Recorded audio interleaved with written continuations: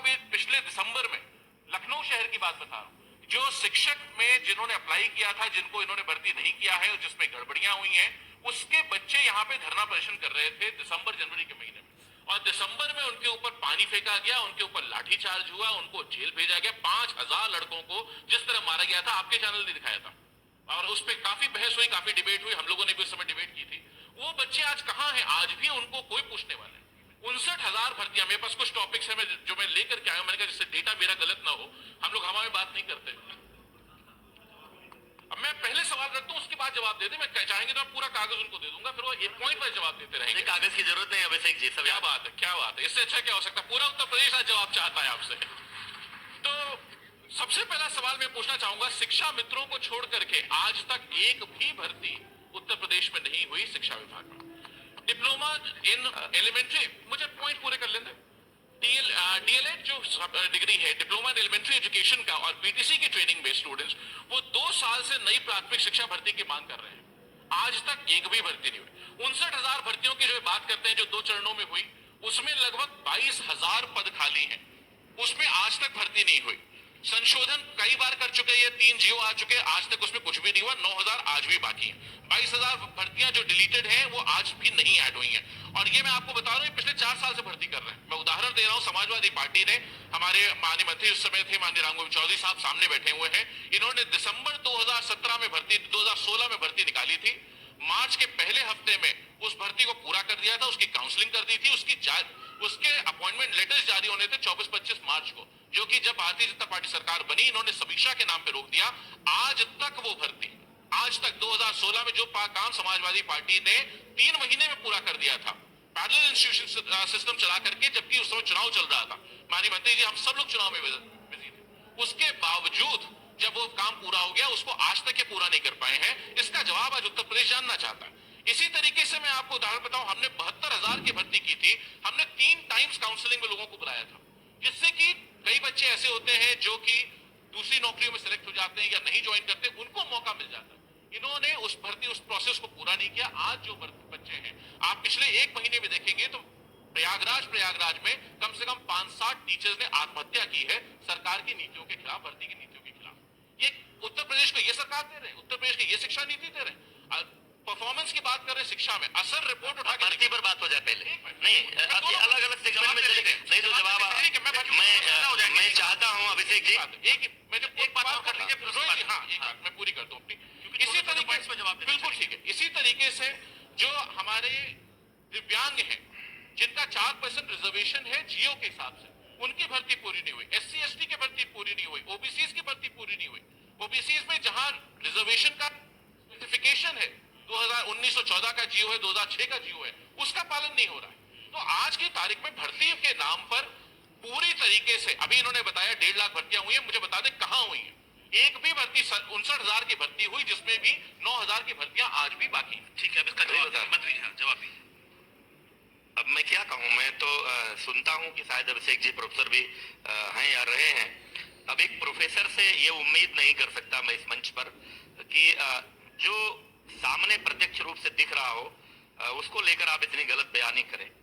मैं आपके 72,000 की बात नहीं करता हूं, यद्यपि कि आपकी सरकार जब चुनाव की अधिसूचना जारी हो जाती है तो नहीं, मुझे दीपक जी, मैंने अभिषेक जी बड़े धैर्य से सुना है, मैं कोशिश करूंगा आपके हर प्रश्न का उत्तर देने का। आपको प्रायः चुनाव की अधिसूचना जारी होती है, कोई चुनाव सिर पर होता है तभी याद आती है कुछ करने की। तो ये सवाल तो अलग है कि आपने 72,000 की भर्ती एन दिसंबर में अधिसूचना जारी हो जाती है, ये फरवरी मार्च में क्यों कर रहे थे, क्यों रुका? मैं आप कह लीजिएगा, उसकी बात मैं नहीं कर रहा हूं। आपने चुनाव के वोट बैंक के रूप में शिक्षा मित्रों का इस्तेमाल करते हुए गैर कानूनी, असंवैधानिक तरीके से, मैं नहीं कह रहा हूं, माननीय सर्वोच्च न्यायालय ने कहा असंवैधानिक तरीके से बिना उचित संशोधन करते हुए नियमों में शिक्षा मित्रों का स्थायी समायोजन की बात कही। माननीय अभ्यर्थी न्यायालय गए, माननीय सर्वोच्च न्यायालय ने उसको निरस्त किया असंवैधानिक बताते हुए, और उसके बाद से हमने जो भर्ती शुरू की हमारी सरकार आने के बाद 68,500 का 1 लाख 69,000 का दूसरा लाट, हम इस लाट की गणना करते हुए आपको बता रहे हैं, और मैंने एग्जैक्ट फिगर आपको दिया है 1,19,348। आप कह रहे हैं कि भर्ती नहीं की, मतलब आप जैसे पढ़े लिखे आदमी से कल्पना कैसे की जाए? 1,19,348 वो भर्ती की है। एडेड जो जूनियर हाई स्कूल थे उसमें भ्रष्टाचार की शिकायतें होती थी कि पैसा लेकर भर्ती की जाती है। सरकार ने उस भर्तियों को भी अपने हाथ में लिया और 1,894 पदों का विज्ञापन अभी जारी है। पहली बात। दूसरी बात, आप जो आरक्षण के उपबंधों की बात कर रहे हैं, जो 69,000 की भर्ती अभी हुई है, उस भर्ती में 1133 पद ऐसे हैं जो एसटी कैटेगरी के हैं। एसटी के लिए जो आरक्षित थे 241 एसटी के हमको अभ्यर्थी मिले योग्य, उनकी भर्ती हुई, 1133 बचे हैं।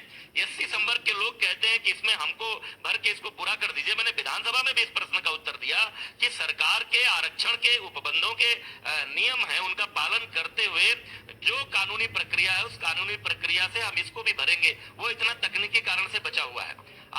आप धरना प्रदर्शन की बात करते हैं, 69,000 का विज्ञापन निकलता है, 4,31,000 लोग आवेदन करते हैं, 4,10,000 लोग क्वालिफाइंग एग्जाम में बैठते हैं, 1,46,060 लोग उसको क्वालिफाई करते हैं, और उनका वो लिखित परीक्षा का अंक लेकर के, एकेडमिक उनके क्वालिफिकेशन के अंक को जोड़ करके हम उन्हें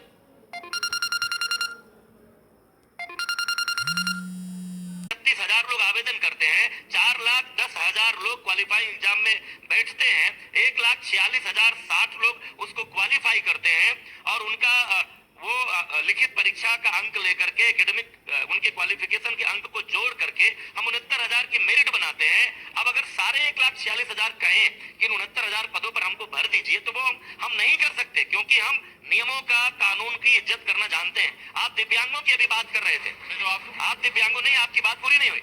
आप कह रहे हैं डीएलएड की ट्रेनिंग करके दो साल से लोग बैठे। अरे भाई, अभी अभी ये भर्ती हुई है, ये भर्ती कंक्लूड हो रही है, हमने तो बंद नहीं किया रास्ता। हम बार बार कह रहे हैं कि हम पीपुल टीचर रेशियो को मेंटेन करने की कोशिश कर रहे हैं।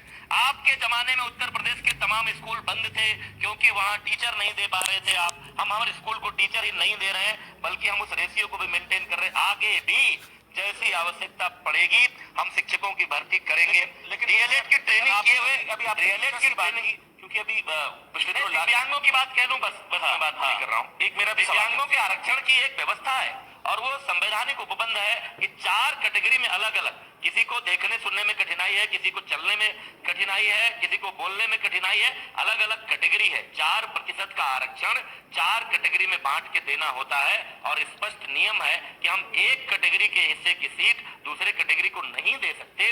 अब वो लोग कहते हैं कि नहीं, इस कैटेगरी में खाली है, उस कैटेगरी में हमको कर दीजिए। भारतीय जनता पार्टी हमेशा न्यायालय के निर्णयों का, संवैधानिक उपबंधों का, कानूनों का सम्मान करती है। इसलिए हम मनमानी तरीके से कुछ भी नहीं करते हैं कि जाकर के मामला आगे फंस जाए। और जो हाल लालजी वर्मा कहते हैं कि परिषदीय स्कूलों में टीचर्स की कमी है, इसीलिए बच्चों को पढ़ाई वहां पर मिलती नहीं है, और इसीलिए बच्चों को जाना पड़ता है प्राइवेट स्कूलों में। मैंने यही कहा आपसे ना, मैंने कहा ना 1,21,000 शिक्षकों की भर्ती करने के बाद भी, मेरी बात को आप ध्यान से सुनिए, मैंने कहा कि आज कोई स्कूल शिक्षक विहीन नहीं है। लेकिन अभी एक और विसंगति थी जिस पर कभी नहीं ध्यान दिया गया, उसके लिए योगी सरकार का इंतजार हो रहा था। नगर का कैडर अलग हो गया, नगरों में भर्ती 2008 के बाद से हुई नहीं। हमारे यहाँ तो उल्टी स्थिति है। आज गांव में हमारे पास शिक्षक कहीं कहीं सरप्लस है, नगरों में शिक्षक कम है, क्योंकि उनकी कैडर की चाहिए। मैं कर रहा, हम कर रहे हैं ना, हम कर रहे हैं, हम कोई बहानेबाजी नहीं कर रहे हैं। हम प्रस्ताव तैयार कर चुके हैं, कैबिनेट में ले जाने वाले हैं, नगर और ग्रामीण क्षेत्र का विभाजन खत्म कर रहे हैं, और उसके बाद इसी समर वेकेशन में हम ग्रामीण क्षेत्र में जहां कई जगहों पर अतिरिक्त शिक्षक हैं उनको ट्रांसफर करके नगरों में भेजेंगे। नगर में भी शिक्षकों की कमी पूरी कर रहे हैं। माननीय मुख्यमंत्री जी ने व्यक्तिगत रुचि लेकर नगर विकास विभाग को भी निर्देश जारी किया, और कायाकल्प में अब नगर विकास विभाग भी शामिल हो रहा है। स्मार्ट सिटी के फंड से पैसा मिल रहा है। बहुत सारे वर्षों से हम उसके जिम्मेदार नहीं है। 50 साल से नगरों में किराए के मकान में स्कूल चल रहे थे, एक एक कमरे के मकान में स्कूल चल रहे थे। हम जमीनें चिन्हित कर रहे हैं, जहां जमीन मिल रही है वहां नए भवन बना रहे हैं, जहां जमीन नहीं मिल रही है वहां किराए के भी नए मकान बदल रहे हैं। ये सारी कोशिशें हम कर रहे हैं, और मुझे प्रसन्नता है, मैं आभार प्रकट करना चाहता हूं देश का निजी क्षेत्र, कारपोरेट सेक्टर, हमारे समाज सेवी, सामाजिक संगठन, मीडिया के लोग, सब लोग आगे आ रहे हैं। उस दिशा में सरकार से कंधे से कंधा मिलाकर काम कर रहे हैं, और हम तस्वीर बदलने की पूरी कोशिश कर रहे हैं। हमने कहा है कि हम फुल स्टाफ नहीं लगा रहे हैं। ठीक है। जब तक शिक्षकों की जरूरत पड़ेगी लगातार हम रिक्त पदों पर भर्ती करते रहेंगे। ठीक है। अब अभिषेक जी कुछ कहना चाह रहे हैं, फिर अभिषेक जी मेरा आपसे भी एक सवाल है, पहले आप अपनी बात कर लीजिए। जी हेलो। हाँ मैं अभी आपने माननीय मंत्री जी ने जो कहा, मैं उसमें दो ही तीन चीजें सवाल पूछना चाहूंगा कि जो लाखों की संख्या में शिक्षा मित्रों को आप कह रहे हैं बिना नियम कानून के बिल्कुल संविधान के तहत हाउस ले जा करके पॉलिसी बना करके कैबिनेट में अप्रूव करके जो व्यवस्था है उसी के तहत चल करके शिक्षा मित्रों को रेगुलराइज किया गया था। कोर्ट में क्यों नहीं उनको बता रहा हूं, उसका जवाब दे रहा हूं। उन नौकरियां दी गई थी, लेकिन ये हम और आप सभी जानते हैं कि कोर्ट में पैरवी करने की जरूरत पड़ती है। कोर्ट में अगर आप अपना मुकदमा पैरवी करने न जाएं तो कोर्ट में कोई भी मुकदमा हारा जा सकता है और कोई भी जीता जा सकता है। ये सिर्फ उस मुकदमे को इसलिए नहीं ठीक से लड़ा भारतीय जनता पार्टी सरकार ने क्योंकि वो 3.25 लाख लोगों को, जिसमें गरीब भी थे, पिछड़े भी थे, दलित भी थे, नौजवान भी थे, बच्चियां भी थी, बेटियां भी थी, माताएं भी थी, उन सब लोगों को नौकरी मिल जाएगी। उसका क्रेडिट माननीय अखिलेश यादव को मिल जाएगा। इस वजह से सिर्फ इस एक बात को कि नौजवान को, मुसलमान को नौकरी ना मिल जाए, उस बात के लिए इन्होंने उसकी पैरवी नहीं की, जो कि वहां से होके आ गया। अब मैं कोर्ट का भी जवाब दे दूं, जो आपने कोर्ट की बात करी। हमने अनुदेशक भर्ती की थी 2013 में, 7,000 रुपए पे उसकी शुरुआत की थी। हमने भारत सरकार को प्रोजेक्ट अप्रूवल बोर्ड को, पीएबी को प्रपोजल बना करके भेजा कि इसको 7,000 की जगह 15,000 कर दिया जाए। 2015 में भारत सरकार से अप्रूवल आ गया, उसमें 1,470 रुपए बढ़ाए गए, जो कि हम 8,470 रुपए अपने निर्देशकों को देने लगे। उसके बाद हमने फिर से 2016-17 में हमने दोबारा प्रपोजल बनाया भारत सरकार को, भारत सरकार को भेजा कि निर्देशकों को नहीं, 8,500 में नहीं पूरा पड़ रहा, इसे 15,000 कर दिया जाए। तो भारत सरकार ने कहा ठीक है, हम 15,000 कर दे रहे हैं, उत्तर प्रदेश अपना हिस्सा देने को तैयार है। हमने कहा बिल्कुल उत्तर प्रदेश तैयार है। माननीय मंत्री जी थे, उन्होंने निर्णय लिया कि उत्तर प्रदेश बिल्कुल देगा, जितना देना होगा नौजवान को हम देंगे। तो 15,000 रुपए अप्रूव होकर के आ गया। लेकिन जब भारतीय जनता पार्टी सरकार आई, इन्होंने अपने मैनिफेस्टो में, दिक्कत है ना, इन्हें अपना संकल्प पत्र याद ही नहीं रहता, इन्होंने अपने मैनिफेस्टो में लिखा कि उसको मानदेय और बढ़ाया जाएगा अनुदेशकों का। आकर के पहले इन्होंने वापस 8,500 किया और अभी कुछ दिनों पहले, मुझे लगता है 6 महीने पहले, वापस से जो 15,000 भारत सरकार का अप्रूव्ड मानदेय है, इन्हीं की भारत सरकार, जिस प्रधानमंत्री के रोज हर एक सेंटेंस में 3 बार नाम लेते हैं, उन्हीं प्रधानमंत्री जी की सरकार का अप्रूवल है। और उसमें आज वापस से उस जो अनुदेशक हैं उनका वापस से 7,000 रुपए कर दिया गया। तो आप सोचिए, जिसको समाजवादियों ने 15,000 पहुंचाया था उसको वापस 7,000 ला दिया। कैसे बात करते हैं। और हाईकोर्ट का उस पर आदेश है, हाईकोर्ट के सिंगल बेंच का आदेश है, लखनऊ बेंच का आदेश है, इलाहाबाद बेंच का आदेश है, उसका पालन करना है। 15,000 देना है, नहीं दे रहे, कब दे देंगे ये बता दें। ठीक है, हाँ। बिल्कुल।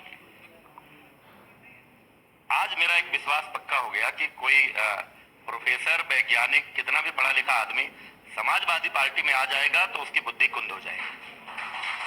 मुझे मुझे मुझे कष्ट है। मैं यहाँ एक केवल शिक्षा मंत्री के रूप में इस मंच पर नहीं बैठा हूँ, मैं एक शिक्षक भी हूँ। और अभिषेक जी भी उसी फेडरेलिटी से जुड़े हुए हैं। इनके पार्टी के कार्यक्रमों में, बैठकों में ये सब बोलना आपकी मजबूरी हो सकती है, लेकिन आज जहां आप बैठे हैं आपको इस तरह की गलत बयानी नहीं कर। मैं आज भी इस मंच से चुनौती देते हुए कह रहा हूं कि अगर भारत सरकार ने अनुदेशकों का मानदेय 15,000 अप्रूव किया हो तो हम कल से लागू कर देंगे। लेकिन कोर्ट गए थे लोग, इस चुनौती को कोर्ट ने, मैं कह रहा हूं, मैं खुले मंच से कह रहा हूं, देखो, क्योंकि हमको हमारे मुख्यमंत्री योगी आदित्यनाथ जी पर विश्वास है कि वो हम आज जो हम कर पा रहे हैं बेसिक शिक्षा में, ये उनके समर्थन के बगैर नहीं कर सकते। इतनी बड़ी योजना, इतना बड़ा कायाकल्प, इतनी बड़ी शिक्षा भर्ती, आपको शाबाशी, आपको बधाई देनी चाहिए उत्तर प्रदेश सरकार को। और मैं चुनौती देकर कहता हूं, पूरे कोरोना लॉकडाउन पीरियड में जब दुनिया भर में अमेरिका, इंग्लैंड, जर्मनी, जापान जैसे देशों में नौकरियां जा रही थी, लोगों की छटनी हो रही थी, उस समय जून के महीने में उत्तर प्रदेश की सरकार ने 69,000 शिक्षकों की भर्ती की काउंसलिंग का शेड्यूल जारी किया। मामला सुप्रीम कोर्ट में गया, इससे थोड़ा विलंब हुआ, लेकिन पूरी दुनिया में एक उदाहरण बता दीजिए जब इस कोरोना की महामारी के दौरान 69,000 लोगों को, और आप नौजवानों को कभी मुसलमान कह देते हैं, कभी दलित कह देते हैं, हम नौजवान को नौजवान के रूप में जानते हैं। हम सबका साथ सबका विकास की अवधारणा के रूप में काम करते हैं। इसलिए हम नौजवानों के मन में जाति का जहर नहीं बोना चाहते। मैं अनुदेशकों को लेकर आपसे कह रहा हूं, माननीय न्यायालय ने कोई निर्णय दिया था जिसमें उन्होंने ये बढ़ाने को कहा था, कोई निर्णय मामला, भाई मुझे आप ज्यादा विद्वान है, मुझे एग्जैक्ट नहीं याद है किस तारीख को कौन सा निर्णय दिया था। निर्णय दिया था, बढ़ाने को कहा था। आप सभी जानते हैं कि भारत सरकार का प्रोजेक्ट है अपर प्राइमरी स्कूल में टीचर्स की कमी को पूरा करने के लिए पीपुल टीचर रेशियो को मेंटेन करने के लिए अनुदेशकों को रखा गया था और उस सिफारिश को जब तक भारत सरकार की cabinet committee on economic affairs जब तक एक्सेप्ट नहीं करेगी तब तक वो लागू नहीं हो सकता। और आज की तिथि यही है कि 7,000 से ज्यादा का मानदेय सीसीईए ने एक्सेप्ट नहीं किया है। जिस दिन केंद्र सरकार उस मानदेय को बढ़ाएगी हम तुरंत ही राज्य सरकार का अंशदान देंगे उसको बढ़ाकर पूरा। ठीक है, चूंकि बाकी मेहमान भी सवाल आपसे करना चाहूंगा। जब बीजेपी की सरकार आई थी उससे पहले एक सीएजी की रिपोर्ट आई थी और वो सीएजी की रिपोर्ट ये कहती थी कि अखिलेश यादव की सरकार के 4 सालों में 7 लाख छात्र सरकारी स्कूलों में कम हुए। 2012-13 में 3 करोड़ 71 लाख छात्र थे जो सरकारी स्कूल जा रहे थे और 2015-16 में यह संख्या घट के 3 करोड़ 64 लाख हो गई थी। क्यों ऐसा? और करीब कई ऐसे छात्र थे जिनको किताबें वगैरह भी नहीं मिल रही। सीएजी की रिपोर्ट में, मैं नहीं कह रहा हूं ऐसा। जी, मुझे लगता है कि आपने शायद अभी जो लेटेस्ट 2020-2021 की सीएजी रिपोर्ट आई है या जो एसर की रिपोर्ट आई वो शायद नहीं पढ़ी।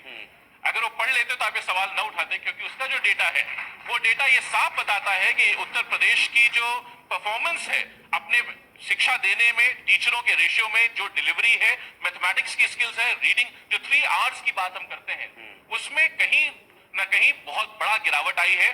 भारत सरकार के साथ जो भारत सरकार के लेवल, भारत के लेवल पे एजेंसी की सर्वे होता है उसमें लगातार उत्तर प्रदेश पे सवाल उठाए गए हैं। आपने जो डेटा दिया उसका मैं चेक करा लूंगा। मुझे इस स्पेसिफिकली अगर आप डेटा पहले देते तो मैं आपको जवाब भी दे देता, लेकिन आज की जो 2021 की रिपोर्ट है उसका डेटा यही है कि भारतीय जनता पार्टी सरकार ने उत्तर प्रदेश का जो कैनवस समाजवादियों ने सजा करके दिया था, बना करके दिया था, उसको गोल्डन बॉर्डर लगा करके दिया था, उसको फाड़ने का, खराब करने का, गंदा करने का काम किया है और शिक्षा को खराब करने का काम। ठीक, अब ये तो जनता है, मैं इस पर कुछ कहना चाह रहा हूँ। सब आपके जो आंकड़ा अभी आया है, देखिए मैं दावे के साथ कह रहा हूं, आप आंकड़ा चेक करा लीजिए। उत्तर प्रदेश में योगी सरकार आने से पहले लगातार उत्तर प्रदेश के सरकारी स्कूलों में प्रतिवर्ष पिछले साल की तुलना में नामांकन घट रहे थे क्योंकि लोग अपने बच्चों को वहां नहीं भेजना चाह रहे थे। लेकिन 2017 से सरकार आई, जून 18 में स्वयं माननीय मुख्यमंत्री जी ने मेरे सिद्धार्थनगर में नेपाल के बॉर्डर पर बसा हुआ पिछड़ा हुआ जिला था, एस्पिरेशनल डिस्ट्रिक्ट में उसका नाम था, वहां जाकर स्कूल चलो अभियान का शुभारंभ किया। उसके कारण लाखों की संख्या में उन बच्चों में वृद्धि। मैं कह रहा हूं आज हमारे पास 1000 के नामांकन वाले स्कूल भी हैं। आपके लखनऊ में है 500 की संख्या के स्कूल, 400 की संख्या के स्कूल और कई सारे हमारे स्कूल आप सोशल मीडिया पर देख रहे होंगे, वो नो वैकेंसी नो एडमिशन का बोर्ड लगा रहे हैं।